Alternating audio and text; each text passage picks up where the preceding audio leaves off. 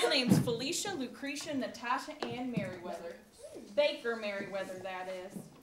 Why Felly is a show about a widow named Felicia who is from a small town in Oklahoma who has been offered a movie contract.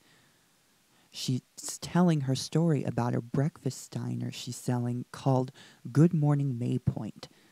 The show was written and directed by Kyle Weber, who is a graduate student in performance studies here at UNI. This show is entirely fictional. What the research took was diving into the small town dynamic. I've read books about community gathering places.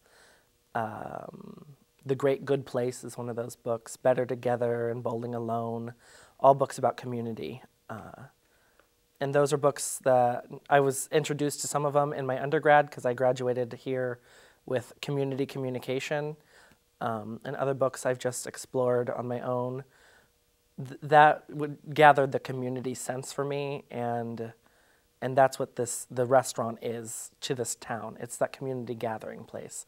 You will notice some of the strong personalities in the show. The women of the show are brassy, bold, gutsy women. The men are less so. They seem to be more dim-witted. It's based on the small town dynamic, so a lot of us here at UNI grew up in that dynamic, and we can understand a lot of ways. Why Felly presents many cultural tensions from the small town setting. Going back to the small towns, it's a different culture. The small town is a subculture of American culture. It's folklore, and that's something that's always fascinated me. So being able to reproduce that for the stage and kind of take another look at it by removing it from small town Iowa, taking it to small town Oklahoma, that allows people here to look at it a little more critically rather than, oh, he's writing about another small town in Iowa, that's not how life goes. They might be more apt to listen if it's set in Oklahoma.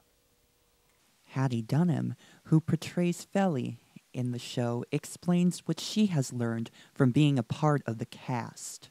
Being a part of Why Felly as a student is a really good experience. You get to meet new people. I'm working with people from all different ages, from freshman to senior to grad student to community, just people from the community who audition for the show. So it's really a great outlet for everybody. The show will be performed March 31st, April 1st, and 2nd in the Interpreters Theater, Room 40, at 7:30 p.m. in Lang Hall. Tickets are free, and students are advised to come early because the room fills up quickly.